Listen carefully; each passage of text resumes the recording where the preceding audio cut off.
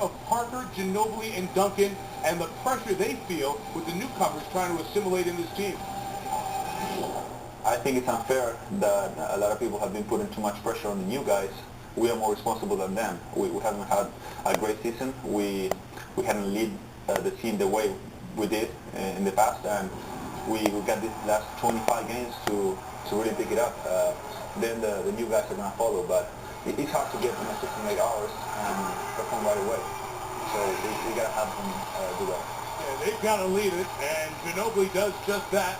Largest lead of the game is 6, and the best news for the Spurs, Antonio McDyess back on the floor with no wrap or bandage on that left knee. Nash to Stoudemire inside. Amari having a monster game, 29-11, but we've seen that for him against the Spurs over the years. Yeah, well, great pass by Nash. As Nash went down behind the backboard that time, McDyess left Stoudemire, and as soon as he went for the double team, Stoudemire intelligently went right to the front of the rim, and you know the pass was like that. They went under the screen on Parker. He missed it, out of bounds, off the side. And it will stay down here. There's the big three for the Spurs today, Hughes. Yeah, I like what we're seeing here from the group, mainly because Ginobili has had an all-around game.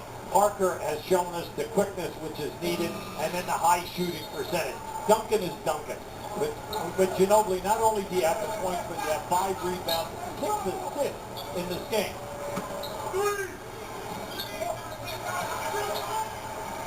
We're the Suns bench trying to get a 3-second call on Blair. Stoudemire ran into Parker. Ginobili found the ball. You can't go to sleep now in the last, 7:45 to go here. The transition defense, like Popovich said in that timeout, that's going to be the key to this game. You cannot give Phoenix the easy layup or the three-point ball in transition.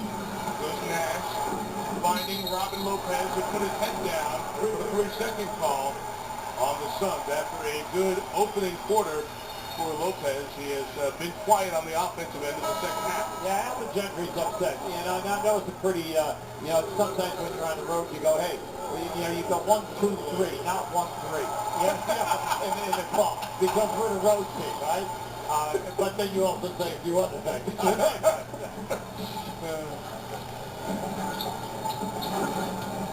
Coaches around the country making that note. That's McDyess. That's great to see, isn't it? I love this game because he's a great rebounder in traffic. He's a hard-nosed player, and he's a high percentage shooting for you during the course of the big game. With Duncan on the bench, the Spurs have extended the lead, equaling their biggest of the afternoon until that hoop by Nash makes it 92-88. Steve got to say 15-9.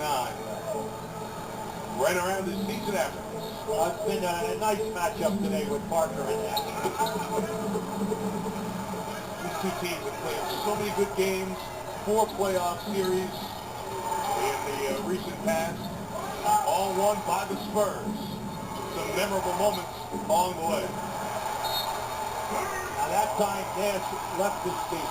He very seldom does that because when you leave your feet, the pass has got to be perfect. Unfortunately for him, Lopez continued past the foul line and came out to the top of the circle.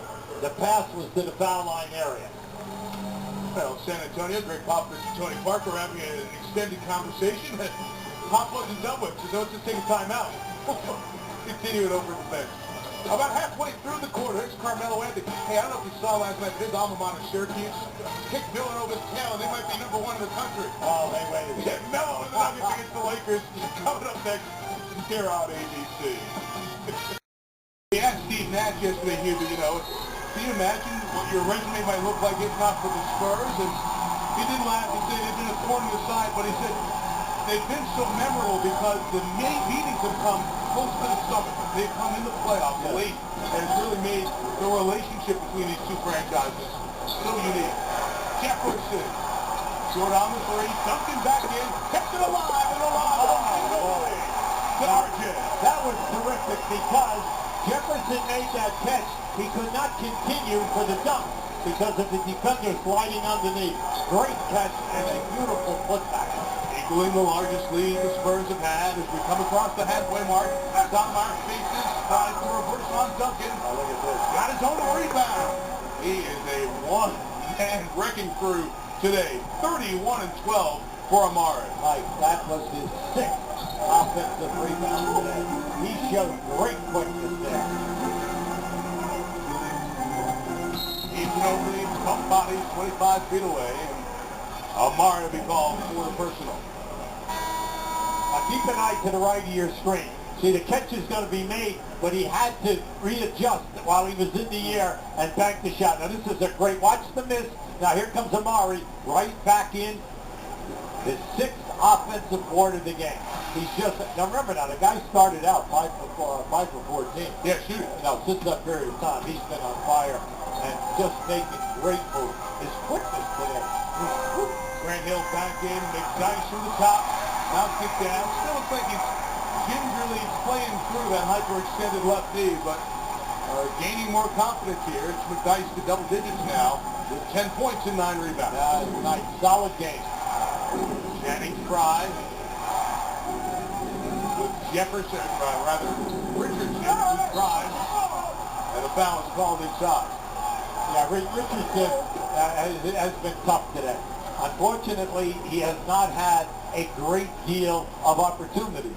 Now, that was his, 12th shot attempt in this game. And he's had a number of mismatches.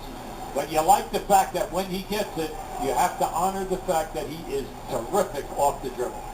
Murray coming out to check on his right foot here for a second as Robin Lopez comes back in and Richardson comes to the line. One more for Jason, 2 more for you tonight on ESPN. Heat Magic and New Orleans in Dallas, Boston, Detroit on NBA TV Fan Night on Tuesday, NBA on TNT. Lakers Heat, Jazz in Phoenix. And next Sunday, the Sunday Showcase on ABC. We'll have Kobe going to Superman's house, to the Magic Kingdom. As the Lakers take on Orlando. Our coverage will begin next Sunday, by the way, at 2 Eastern Time with Stewart and the gang on the pregame. And the Nuggets and the Lakers follow up from Staples. With the hand up. That's Don Duncan from the left, goes to the right. Yeah, I like that. I would like to have seen, Robin get his hand up that time. Get his hands up and overplay his right hand. Force him to go baseline in that situation. You see Tim's numbers at the bottom. We'll augment that. He's hit his last 5. A roll to Lopez from Richardson. And Lopez awkwardly goes down as he was fouled. Well, in that situation, what they're going to do is they're going to force Lopez to go to the line and make the foul shot. Everyone understands their matchups and whether the people are good foul shooters when you get in this situation. Now, Robin is only shooting 69% from the floor.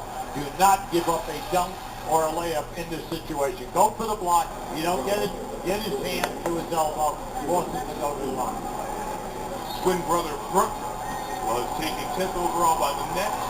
Both played, as you might remember, Stanford. Robin 15th overall. How about that look? I mean, in addition to having the game, Hubie, that looks intimidating. The hair, the beard, Are we talking out here or after hours? Yeah, what are we talking about? The high socks, the whole thing. He's got the look here. And I love the way he's played, too. Since becoming a starter here 20 games ago, 13-6 points and boards. Hey, nice job by Channing Fry to knock that away, and the Suns can make it 2 or 1 on this trip. George Hill defends that. As Parker gets the green. Grant Hill stepped on the sideline. Leroy Richardson was right there. And called it. Yeah, I like the defense. Jefferson was right up on top of him, taking away the passing lane. And the guys did an excellent job on the cutters to the basket. I'm laughing because Richard Jefferson on our sideline. Richard Jefferson looks over at us with a sheepish grin. He knows he bumped Grant Hill to get him the court to the sideline. It could have been called for a foul. He just looked over here with got away with one look. Duncan was schooling Lopez in the second half. So much for sending Timmy to the baseline. Now,